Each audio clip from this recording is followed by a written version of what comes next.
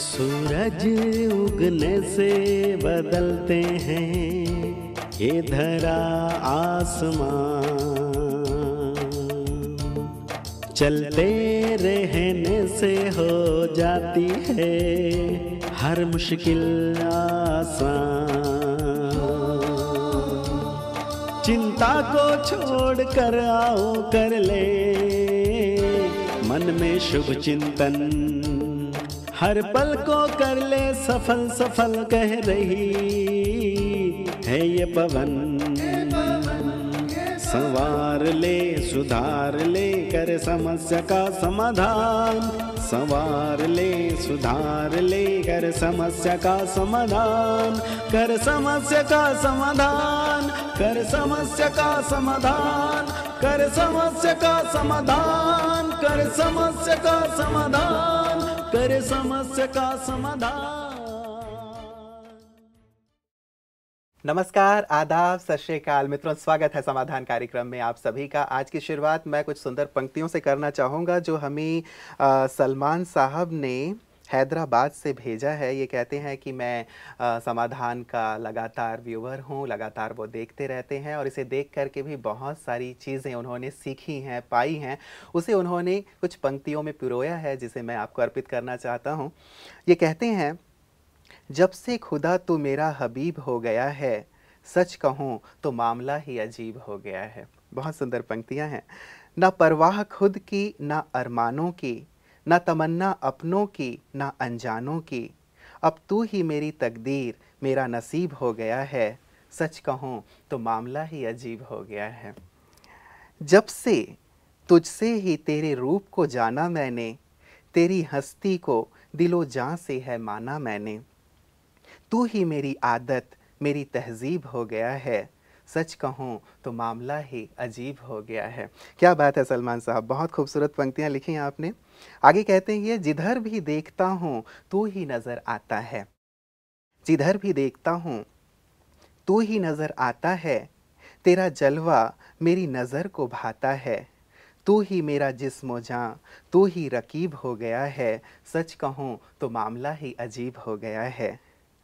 तुझे हम अपने इतना करीब पाते हैं कि याद करना तलक भूल जाते हैं, मेरे वजूद से भी ज़्यादा तू करीब हो गया है, सच कहूँ तो मामला ही अजीब हो गया है। बहुत खूबसूरत पंक्तियाँ हैं आपकी सलमान साहब, बहुत बहुत शुक्रिया। और ये पंक्तियाँ आप सभी दर्शकों को भी हम आपके सम्मुख रख रहे हैं। सलमान साहब ने बहुत कुछ पाया है पीस ऑफ माइंड चैनल से, सचमुच यही अनुभव आप सबका भी होगा। आइए इन्हीं सुंदर पंक्तियों के साथ आज की इस कड़ी की शुरुआत करते हैं और अभिनंदन करते हैं आदरणीय भ्राता जी का। बहुत बहुत स्वागत है आपका। Thank you.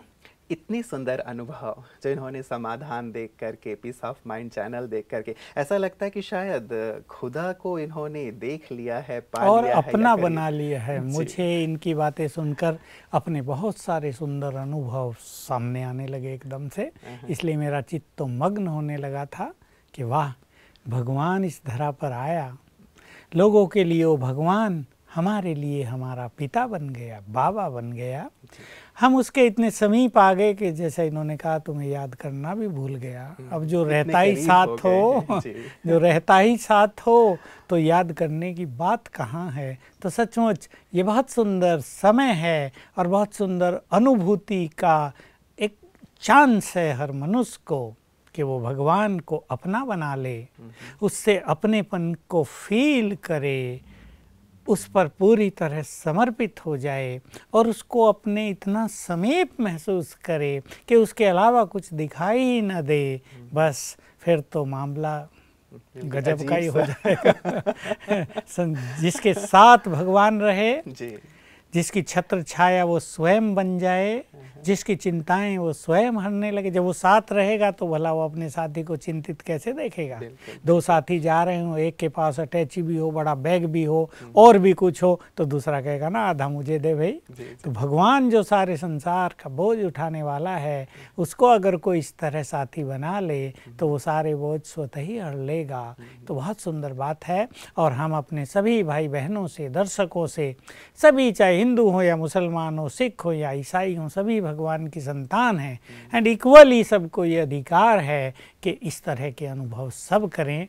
तो मुस्लिम भाइयों को बहुत हम कहेंगे सलमान साहब के लिए बहुत बहुत धन्यवाद, और खुशी होती है भ्राता जी कि हाँ, हमारे पास समाधान हाँ, परिवार में सभी हैं, यहाँ हाँ, किसी धर्म की बात ही नहीं नहीं है। है। मुस्लिम भाई बहनों के भी हमारे पास पत्र बिल्कुल, और ईमेल बिल्कुल। आते हैं, तो क्रिश्चियंस के भी आते हैं, सिख भाई बहनों के भी भगवान आते को तो सभी प्यार करते हैं, नाम चाहे कुछ भी अलग अलग देते हैं, और फिर भगवान का प्यार भी उन सबको उसी तरह प्राप्त हो जाता है। तो सचमुच मैं ये कहूँगा परमात्मा प्यार के सभी अधिकारी बन जाएं तो जीवन की यात्रा ही कुछ और हो जाए। तो भ्राता जी, जैसे सलमान साहब के लिए मामला बड़ा अजीब सा हो गया है, मतलब इतने करीब वो आ गए हैं खुदा के, खुद को जानते चले जा रहे हैं, सभी के साथ ऐसा कैसे हो, कैसे वो ऐसे नज़दीक पहुँचे? जैसे कहा ना किसी ने कि लाली देखन मैं गया, मैं भी हो गया लाल। तो जैसे आप जब बातें करते हैं, कोई समाधान देते हैं, लगता है कि परमात्मा के आप कितने समीप हैं, करीब हैं, डूबे हुए हैं। सलमान साहब की बात से भी ऐसा लगा। हर एक चाहता तो है लेकिन कर नहीं पाता, कैसे डूबे, कैसे पाएं? बहुत अच्छा प्रश्न है, और यही समय की मांग भी है, और हर व्यक्ति इसी आधार से जीवन की यात्रा में तृप्त भी होगा। अन्यथा जीवन बहुत भारी होता जा रहा है मनुष्य का। समस्याओं से अनेक लोग घिरते चले जा रहे हैं, बीमारियां भी अनेकों को त्रस्त करती जा रही हैं। जैसा हम चर्चा कर चुके हैं कल, तो अनेक बीमारियां ऐसी आ गई हैं कि बड़े बड़े डॉक्टर भी हाथ खड़ा कर देते हैं। समझ में भी नहीं आता कि आखिर कारण क्या। हमारे पास भी ऐसे लोग आते हैं, कहते हैं सब जगह दिखा दिया, बहुत पैसा खर्च कर दिया, लोग बस या पेन किलर दे देते हैं, जब नहीं कुछ समझ में आता तो कुछ तो देना ही पड़ता है, इंजेक्शन लगा के सुला देते हैं। लेकिन मनुष्य इन सब बातों से घिरता जा रहा है। अब एक ही चीज़ रह गई कि उसी की ओर देखें, जिसे लोग खुदा कहें या अल्लाह कहें, गॉड कहें या हम अपना परम पिता कहें, उसकी ओर ही देखें, उससे अपना नाता जोड़ें। ये समय है जब वो स्वयं हमें सब कुछ देने के लिए इस धरा पर उपस्थित हुआ है, और उसने आते ही पहली फीलिंग ये दी, मैं तुम्हारा हूँ।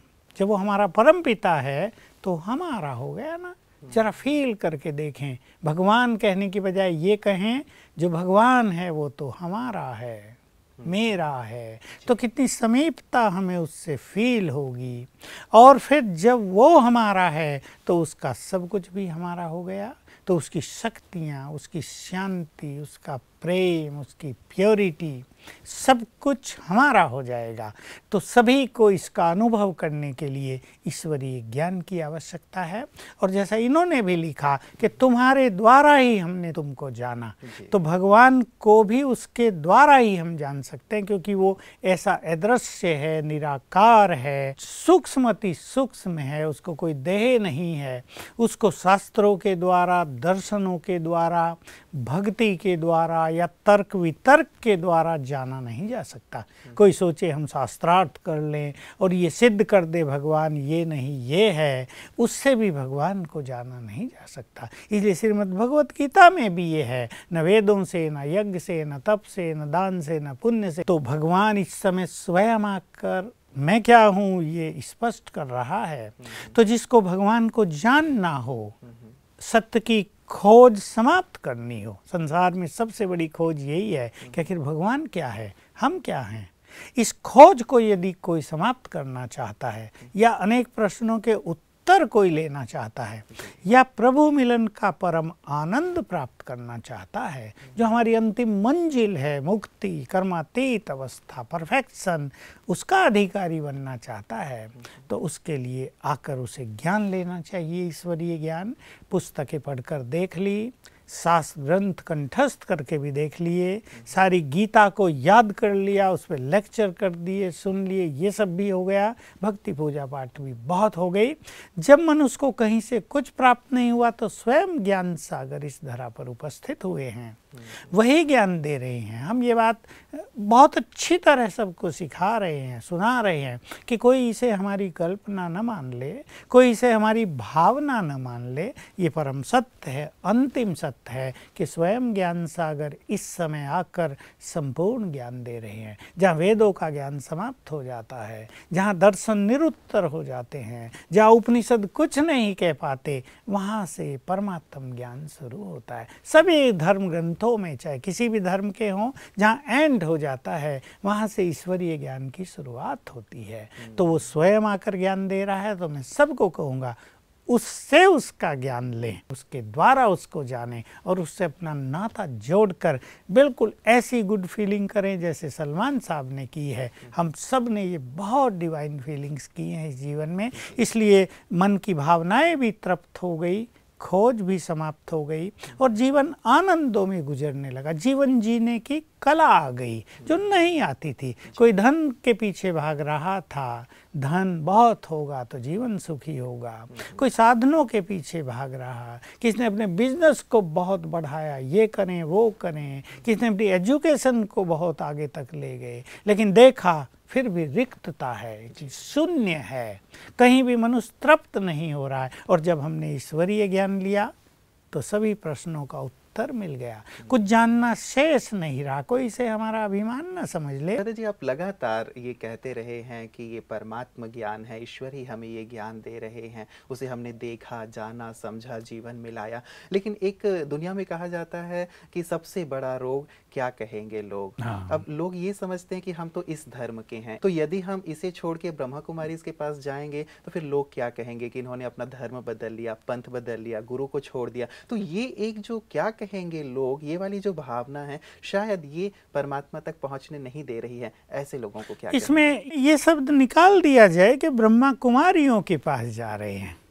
क्योंकि कोई भी जो ऐसा मानवीय स्वरूप सामने रहता है वो अनेक लोगों को रोकता अवश्य है। जैसे आपने कहा, किसी को अपने गुरु का डर है, तो किसी को अपने पंथ का डर है, तो किसी को अपने धर्म ग्रंथों का डर है, तो किसी को मान्यताओं का डर है, पड़ोसियों का डर है, हमें धर्म से बाहर न कर दिया जाए। इन सब बातों से ऊपर उठकर हम तो सत्य को जानने के लिए जा रहे हैं, हम तो परमात्मा के प्यार को पाने के लिए जा रहे हैं जो हमारा परम पिता है। हम तो अपने खुदा के पास जाना चाहते हैं, जो जिस धर्म का वो उस धर्म के अनुसार इसको स्वीकार इस तरह करे कि हम तो उसके पास जा रहे हैं। जब वो स्वयं सब कुछ देने आया है तो इन दीवारों का कोई महत्व नहीं रह जाता है। और वो समय बहुत जल्दी आ रहा है जब सभी धर्मों के सभी लोग स्वीकार करेंगे एक मत से कि यही परम सत्य है। लेकिन फिर भी जिसको जिज्ञासा हो सत्य को जानने की, सभी धर्मों में धर्म वालों ने अपने अपने धर्म ग्रंथों के अनुसार बहुत कुछ सीखा, बहुत कुछ देखा, लेकिन सभी में कहीं कहीं अतृप्तता रही है, खोज बाकी रही। हम सब धर्मों के लोगों से मिलते हैं, लोग हमें बताते हैं कि अब हमारे धर्म में भी हमारे ग्रंथ के लिए या हमारे जो लीडर्स हैं उनके लिए कोई विशेष सम्मान नहीं रह गया है, उनको लोग इस तरह का मान नहीं देते। ठीक है, एक बंधन में बंधे हुए हैं, बाह्य रूप से कर रहे हैं, तो कुछ और चाहिए, ऐसी खोज सबके पास है। इसलिए इस दीवार को तोड़कर, इस दीवार को लांघकर सभी को सत्य की ओर बढ़ना ही चाहिए। देखिए, सूरज निकलता है, उसकी लालिमा चारों ओर फैलने लगती है, उसका प्रकाश सारे संसार में फैल जाता है। अब कोई कहे कि नहीं है सूरज, ये तो इसका है, ये तो उसका है, ये तो भारत वालों का, नहीं चलेगा ना, वो तो सबका है, उसका प्रकाश तो सबके लिए है, सबको मिलने ही वाला है। किसी ने बहुत सुंदर पंक्तियां भी कही हैं भ्राता जी की, ऐ चांद तो किस मजहब का है, ईद भी तेरी तो करवा चौथ भी तेरा। बिल्कुल यही है। तो सत्य को, जिनको सत्य को जानना है, जो सत्य ज्ञान के अभिलाषी हैं, चाहे वो किसी भी धर्म में हो, अच्छा ज्ञान भी छोड़ो, जो जीवन जीना सीखना चाहते हैं, जो जीवन में सुख शांति भरना चाहते हैं, संतोष लाना चाहते हैं, जो अपने संगठन में, परिवारों में प्यार का साम्राज्य स्थापित करना चाहते हैं, ये तो ऐसी चीज़ है जिसमें धर्म किसी को कुछ कह नहीं सकता, ये तो सबकी आवश्यकता है। उन्हें राजयोग मेडिटेशन सीखना ही चाहिए। मतलब मूल बात ये हो गई भ्राता जी कि धर्म परिवर्तन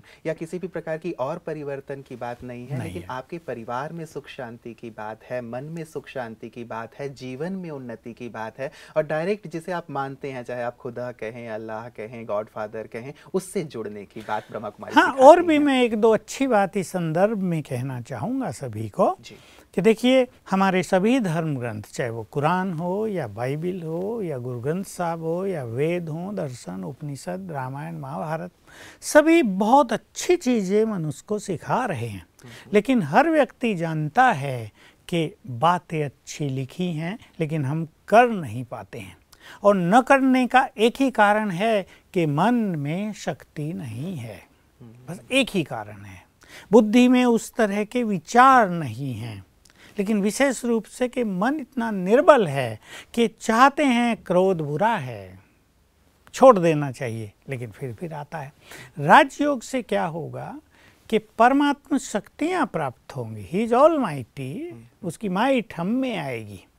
अब वो किस धर्म का व्यक्ति है, जो शक्ति आ रही वो इस बात का निर्णय नहीं लेगी कि ये तो हिंदू है, इसके पास मुझे जाना है, मुस्लिम है, इसके पास मुझे जाना है।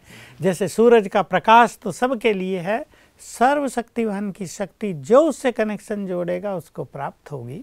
इससे हमारे मन की शक्तियाँ बढ़ेंगी और हम वो कर पाएंगे जो हम करना चाहते हैं।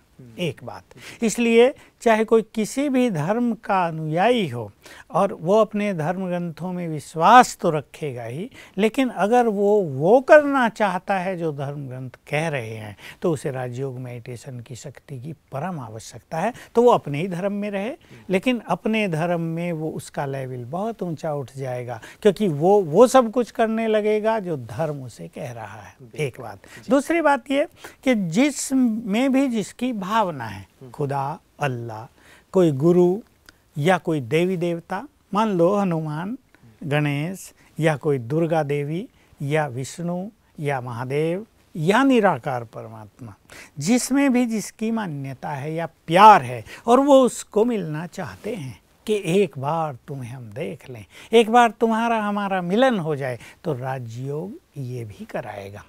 इसलिए ये सभी धर्म मत के अनुयायियों के लिए बहुत ही सुंदर गॉडली गिफ्ट है। इसको यदि फॉलो करेंगे तो बाकी सब कुछ फॉलो करना सहज हो जाएगा। मतलब सभी के लिए एक खुला निमंत्रण है और सभी के लिए यूनिवर्सल है। कुछ चीज़ें यूनिवर्सल होती हैं, हवा है वो धर्म जाति नहीं देखता, या फिर हम सूर्य की बात या चांद की बात करते हैं, वैसे राजयोग भी यूनिवर्सल है और परमात्मा तो खैर हम सबके हैं ही हैं। विशेष बात भ्राता जी, जैसे आपने पहले कही है कि अर्जुन को भी बहुत सारी मतलब शंकाएं थी कि मैं करूं ना करूं, युद्ध करूं ना करूं, आदि आदि। और आपने ये भी कहा कि परमात्मा ने जब उन्हें अपना साक्षात्कार कराया, उसके पश्चात उनकी सारी शंकाएं दूर हो गई, उन्होंने मान लिया कि हाँ आप ही हैं, अब आप जैसा कहेंगे वैसा मैं करूंगा। तो मन में कई बार आता है कि परमात्मा सर्वशक्तिवान है, तो वो क्यों नहीं एक बार सभी को ऐसा अपना साक्षात्कार करा देते कि मैं ही तुम्हारा पिता हूं, ताकि ये सारी जो बंधन, दीवारें, भेदभाव हैं सब खत्म हो जाए। एक्चुअली वो तो सबको साक्षात्कार करा रहे हैं, लेकिन सबने दीवारें ही ऐसी खड़ी कर ली है ना कि वो दिख नहीं रहा है। ये दीवार ही तो हटानी है, इसके लिए ही ज्ञान की आवश्यकता है। परमात्मा सर्वशक्तिवान है, वो अपनी ओर से कोई कमी नहीं कर रहा है, वो अपनी ओर से सबको संदेश दिलवा रहा है। ज्ञान उसने ऐसा ही दे दिया सब के लिए कि तुम ये ज्ञान लो, लेकिन मनुष्य अपने ही बंधनों को तोड़ नहीं पा रहा है। इन बंधनों को तोड़ कर यदि वो आगे बढ़े तो वो परमात्मा के, खुदा के, अल्लाह के बहुत समीप पहुंच जाएगा और उसे सत्य का तुरंत साक्षात्कार हो जाएगा। तो इसकी बहुत आवश्यकता है कि हम थोड़ा आगे बढ़ें, एक सीमा में बंद कर न रह जाएं। खैर, तो भ्राता जी कई बार ये लगता है कि इन सीमाओं को, मतलब इन बंधनों को तोड़ने के लिए भी तो शक्ति की जरूरत होती है, और जब तक कोई विशेष अनुभव नहीं होता व्यक्ति को, तब तक वो इन्हें भी तोड़ने में अपने आप को असमर्थ पाता है कि कहीं ऐसा ना हो कि मैं ना घर का रहूं ना घाट का, वो ऐसी स्थिति हो जाती है। तो क्या ऐसी शक्ति उन्हें मिल सकती है जिससे कि वो इन चीज़ों को थोड़ा समझ सके? शक्ति भी मिलेगी, अनुभव भी मिलेंगे, लेकिन एक कदम तो हर एक को बढ़ाना ही पड़ेगा।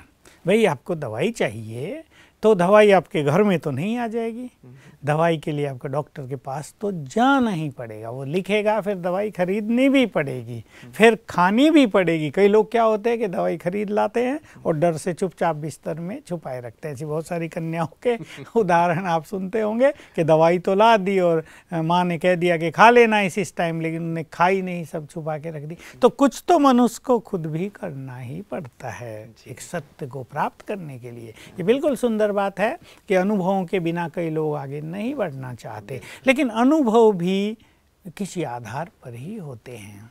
हम एक भोजन खाएंगे तो ही तो अनुभव होंगे ना। रसगुल्ला बहुत मीठा है, हमें तो बिना खाए अनुभव होना चाहिए, ये संभव शायद नहीं होगा। हाँ, कोई बताएगा ना रसगुल्ला बहुत मीठा होता है तो मानना पड़ेगा, तो मानने के बाद अनुभव होगा ना खाने से। तो कुछ चीज़ों को हमें ज्ञान के रूप से लेना पड़ता है, जानना पड़ता है, फिर अनुभवों की शुरुआत भी होती है और फिर वही अनुभव मनुष्य को और आगे बढ़ाते हैं, गाइड करते हैं। कई लोग भ्राता जी विद्यालय से आते हैं, जैसे अभी इनका खैर एक सलमान जी की बात को लेके हम आगे बढ़ रहे हैं, लेकिन कईयों के ऐसे हमारे पास प्रश्न आते हैं जो विद्यालय से जुड़े हुए हैं, 1 साल 2 साल 3 साल से भी जुड़े हुए हैं। वो कहते हैं कि हम आए तो हमें लगा कि हाँ हम परमात्मा के दीदार करेंगे, लेकिन वो जो अनुभूति होनी चाहिए वो अनुभूति हमें प्राप्त नहीं हो रही है, वो परमात्मा से शक्ति नहीं मिल रही है, या वो खुदा का जो दीदार होना चाहिए था उस दीदार से हम वंचित हैं। तो ऐसा क्यों होता है कि हम आ भी गए, हमने सब कुछ जाना समझा भी, लेकिन वो अनुभूतियां नहीं हो रही? इसके बहुत सारे कारण हो सकते हैं। ये व्यक्तिगत रूप से किसी व्यक्ति को मिलने के बाद ही हम इसको समझ सकते हैं, लेकिन बहुत लोग डाउटफुल रहते हैं पहले से ही, ये सत्य है या नहीं। एक डाउट उन्हें अनुभूति की ओर नहीं जाने देता है। कई लोग उन धारणाओं को नहीं अपना पाते जो अनुभूति प्राप्त करने के लिए परम आवश्यक है, जिसमें पहली धारणा प्योरिटी है। कई लोग हम देखते हैं कि उनके मन में निगेटिव विचार बहुत चलते रहते हैं। वो निगेटिविटी के इतने शिकार हैं कि अगर उन्हें सुंदर अनुभव भी हो रहा है तो उसके बारे में भी वो निगेटिव सोच रहे हैं कि है भी या नहीं, कहीं ऐसा ही तो नहीं, कहीं आंख मल के देखते हैं मुझे कुछ हो भी रहा है या झूठ मूठ है। तो अगर मनुष्य को संपूर्ण विश्वास हो, वो सतत प्रैक्टिस में लगा रहे, निगेटिविटी को वो अपने अंदर से निकाल दे, बहुत सोचने की जो आदत है उसको थोड़ा सा बंद करे, जो व्यर्थ बहुत चलता है मनुष्य के पास, और कुछ जो डिसिप्लिन सिखाए जाते हैं राजयोग में उनको अपनाएं, जैसे सवेरे उठकर बहुत अच्छा अभ्यास करना, सात्विक अन्न ग्रहण करना, संग पर भी अपने ध्यान देना, रोज ईश्वरीय महावाक्यों से अपनी झोली भरना, इस तरह इन डिसिप्लिन्स को भी यदि फॉलो किया जाए तो ऐसी कोई बात नहीं कि अनुभूति नहीं होती। लेकिन कभी कभी ऐसा भी देखा जाता है किसी किसी व्यक्ति को अनुभूति आते ही हो जाती है और किसी को अनुभूति 1 साल में भी नहीं होती।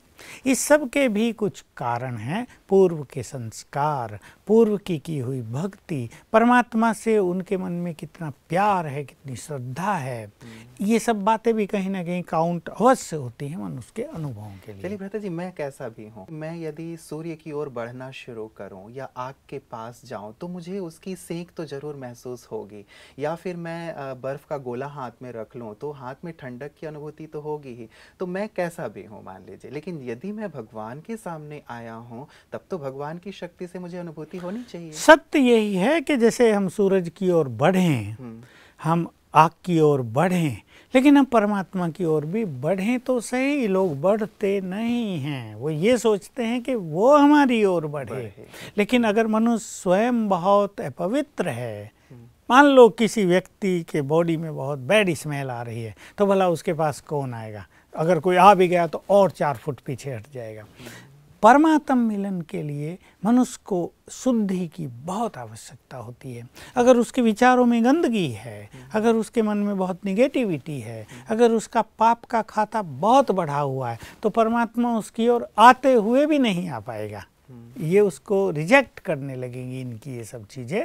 इसलिए ज़रूरत इस चीज़ की होती है कि कुछ शुद्धि अपने अंदर धारण करके हम परमात्मा की ओर बढ़ें, मुकाबले ये सोचें कि सूरज हमारी ओर बढ़ जाए, हम परमात्मा की ओर बढ़ें तो अनुभूति होगी अवश्य। कई बार भ्राता जी, यदि हम एक स्थूल दृष्टि से सोचें तो जैसे बच्चा कितना भी गंदा क्यों ना हो, दूषित हो गया हो, पतित हो, कैसे भी बीमारियां हो, बदबू आ रही हो, तो भी माता पिता तो माता पिता ही होते हैं ना, कि उसके नज़दीक जाएंगे, उसे साफ करने की कोशिश करेंगे। तो क्या परमात्मा को भी ऐसे आज के कलयुग के दूषित लोगों को देख के नहीं करना चाहिए कि तू ठीक नहीं हो रहा तो चल मैं तुझे ठीक करता है? वो भी ऐसा करता है अपनी ओर से, वो भी हमारे बहुत समीप आता है और वो ये करता है कि चलो तू नहीं करता तो मैं तुम्हारी ओर से कुछ करता हूँ, लेकिन उसकी शर्त यही है कि 1 कदम तुम बढ़ो तो 100 कदम मैं तुम्हारी ओर बढ़ूंगा। 1 कदम तो हमें उसकी ओर बढ़ना ही होता है। मान लो बच्चा बहुत गंदा है और माँ बाप ने उसको साफ कर दिया, लेकिन वो फिर गंदा हो गया अगले ही क्षण, फिर साफ किया फिर गंदा हो गया, 10 बार किया तो माँ भी सोचेगी ये तो गंदा ही है, इसका संस्कार ही ऐसा, छोड़ो इसे। लेकिन भगवान तो ऐसा नहीं हाँ, भगवान ऐसा नहीं सोचता, वो तो निरंतर पालना करता है, निरंतर गाइडेंस करता है। लेकिन यहाँ कुछ कर्मों के सिद्धांत कार्य करते हैं, क्योंकि हम जो कुछ प्राप्त करेंगे उसके कर्म, उस अनुसार चिंतन, उस अनुसार प्रयास हमें ही करना पड़ता है। परमात्मा केवल हमारा सुंदर गाइड बनता है। बिल्कुल, मैं वही एक बात विशेष करके चाहता था भ्राता जी कि जैसे बच्चा यदि विशेष करके इस प्रकार के गलत कार्यों में लगा है, तो कई बार पेरेंट्स ऐसा करते हैं ना कि कान पकड़ के उसको ठीक कर देते हैं या उसको 2 थप्पड़ मार के ठीक कर देते हैं। तो परमात्मा का भी कुछ ऐसा तरीका कि हाँ चल तो ठीक नहीं हो रहा है, कान पकड़ के मैं तुझे ठीक करता हूँ। ऐसा भी वो करेगा, और वो समय आ रहा है जब वो सबके कान पकड़ेगा और थप्पड़ नहीं कुछ और ऐसा लगाएगा कि सब ठीक हो जाएंगे। लेकिन वो ठीक होना सुखदायी नहीं होगा। सुखदायी वो चीज़ है जब मनुष्य एक अच्छे मार्ग को फॉलो करके अपने चित्त को शांत करे, अपने कर्मों को श्रेष्ठ बनाए, अपने को प्योरीफाई करे। उसमें जो सुख है वो मारपीट के ठीक करने में नहीं होता है। लेकिन अंततः परमात्मा को भी यही करना पड़ता है कि सभी को उनके पाप कर्मों की सज़ा दिलाकर जो उनमें इम्प्योरिटी या विकार या वासनाएं आ गई हैं उनसे उसको छुड़ा देता है ज़बरदस्ती। लेकिन ये काम वो करेगा अंत में। पहले वो बहुत प्यार दे रहा है, सबकी पालना कर रहा है, सबको सत्य ज्ञान दे रहा है, और परम सुख परम आनंद इसी स्थिति में है कि हम उसको फॉलो करें। जी जी जी।